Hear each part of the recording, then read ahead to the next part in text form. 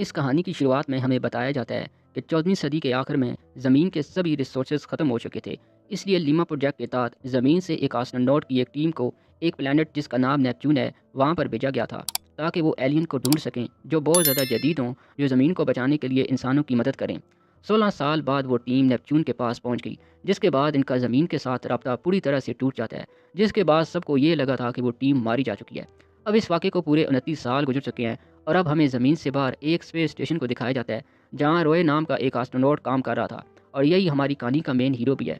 रॉय के बारे में बात करें तो रॉय हर वक्त उदास और किसी गहरे सदमे में रहता था, जिसकी वजह से इसकी बीवी ने भी इसे छोड़ दिया था। दरअसल आज से 29 साल पहले जो टीम नेपच्यून प्लैनेट के मिशन पर गई थी, इस टीम को लीड करने वाले रॉय के फादर ही थे, जो रॉय के बचपन में ही इसको और इसकी माँ को छोड़कर चले गए थे। और नासा के लोगों ने इन्हें बताया कि अब इसके फादर शायद मर चुके हैं। अब रॉय 30 साल का हो चुका है और रॉय अपने फादर की तरह एक एस्ट्रोनॉट बन जाता है।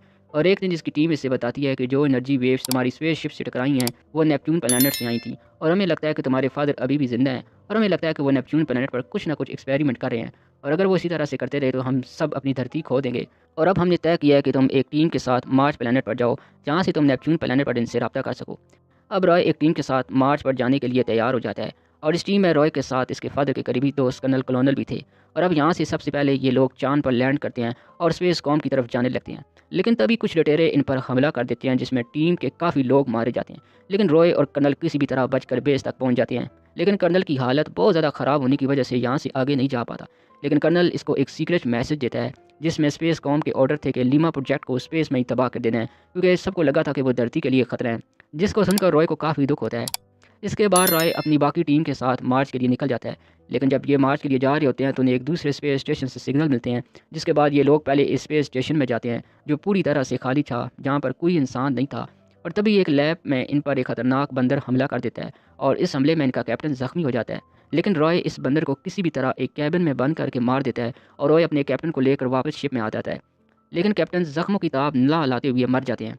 अब बाकी टीम अपना सफ़र जारी रखते हुए आखिर मार्च तक पहुंच जाते हैं, और लैंड करने के बाद रॉय स्पेस स्टेशन में डायरेक्टर लिंटास से मिलता है और एक पेज से पढ़कर अपने फादर को मैसेज करता है कि शायद इसकी आवाज़ सुनकर इसके फादर रिप्लाई करें। लेकिन दूसरी तरफ से कोई रिप्लाई नहीं आता, जिसके बाद रॉय लिखे हुए मैसेज की बजाय अपने दिल की बातें अपने फादर को बताता है और रोने लगता है। अब ये सब कुछ सुनकर रॉय की हेड इसे टीम से निकाल देती है, क्योंकि इसने रूल्स को फॉलो नहीं किया था, क्योंकि रॉय को वही बोलना था जो उसे लिख कर दिया गया था। लेकिन जो मैसेज रॉय ने भेजा था वो इतना इमोशनल था कि इसके फादर का रिप्लाई आ जाता है, लेकिन वो मैसेज रॉय को नहीं सुनाया जाता और इसे वापस ज़मीन पर भेजने की तैयारी की जाती है। अब लेंटोस रॉय से आकर मिलती है और उसके फादर का कुछ साल पहले का एक मैसेज देती है, जिसमें वो बताते हैं कि हम यहाँ ज़हीन एलियन को ढूंढने आए थे, ताकि वो हमारी ज़मीन को बचाने में हमारी मदद करें, जो कि बहुत बड़ी खोज थी। लेकिन मेरे सभी साथी वापस ज़मीन पर जाना चाहते थे। मैंने इन्हें ऐसा करने से मना भी किया, लेकिन इस वक्त उन्होंने मेरी बात नहीं मानी, और वो लोग जब स्पेस शिप को लेकर वापस जा रहे थे तो मैंने इनके लाइफ सपोर्ट सिस्टम को डिसेबल कर दिया और इन सभी क्रू मेंबर को मार दिया, और इसमें डायरेक्टर लेंटोस के माता पिता भी मारे गए थे। अब ये सब सुनकर रॉय को बहुत गुस्सा आता है कि इसके फादर एक कातिल हैं, जिन्होंने इतने सारे लोगों को मार डाला। अब लेंटोस बताती है कि इसके फादर के अजीब से एक्सपेरिमेंट की वजह से ये एनर्जी वेव्स पैदा हो रही हैं, जो हमारी ज़मीन को तबाह करने वाली हैं, और तुम्हें यहाँ इसलिए लाया गया है ताकि तुम्हारे द्वारा तुम्हारे फादर की लोकेशन का पता लगा सकें। और अब स्पेस कॉम को इनकी लोकेशन भी मिल गई है। अब रॉय को भी अपने फादर से आखिरी बार मिलना था, इसलिए वो लेंटोस से मदद मांगता है और कहता है कि मुझे इस स्पेस शिप तक पहुँचना है।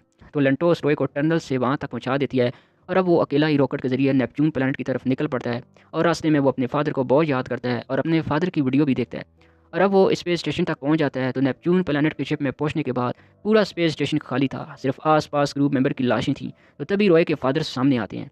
तो इतने सालों बाद अपने फादर को देखकर रॉय की आंखों में आंसू आ जाते हैं। वो रॉय से कहते हैं कि हमें यहाँ पर कोई जीवन नहीं मिला, लेकिन मैं यहाँ जीवन ढूंढ के ही रहूँगा, मैं हार नहीं मानूंगा। रॉय के देखकर इसके फादर को कोई खुशी भी नहीं थी, और वो कहते हैं मुझे तुमसे कोई लगाव नहीं है, और मुझे तुमसे और तुम्हारी माँ से नफरत थी, इसलिए मैं तुम लोगों को छोड़कर यहाँ चला आया था, क्योंकि मुझे अपने काम से प्यार था। लेकिन रॉय कहता है कि हम आपसे प्यार करते हैं और करते रहेंगे। और रॉय अपने फादर को अपने साथ वापस चलने को कहता है, लेकिन इसके फादर साफ मना कर देते हैं। और रॉय अपने फादर को मना लेता है और वो न्यूक्लियर बम को ऑन करके स्पेस शिप से बाहर आ जाते हैं। लेकिन शिप से बाहर आने के बाद रॉय के फादर फिर से ज़मीन पर वापस ना जाने की जिद करते हैं और खला में ही कहीं दूर निकल जाते हैं, और रॉय अपनी शिप में वापस आ जाता है। और नेपच्यून स्पेसशिप न्यूक्लियर बम फटने से पूरी तरह से तबाह हो जाती है, और रॉय अपनी स्पेसशिप के जरिए पैरा लैंडिंग करते हुए वापस ज़मीन पर आ जाता है, और ज़मीन पर इसे नासा की टीम रेस्क्यू कर लेती है। और इसी के साथ ये कहानी यहीं पर दी एंड हो जाती है।